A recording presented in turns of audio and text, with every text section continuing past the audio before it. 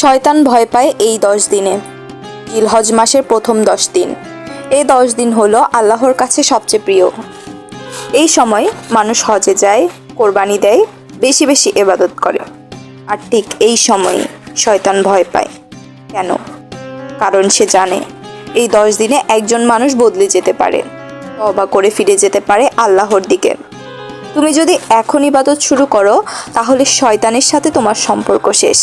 তাই এই 10 দিনে শয়তান চায় তুমি অলস থাকো, নামাজ না পড়ো আর নিজের বদলানা বন্ধ করে দাও।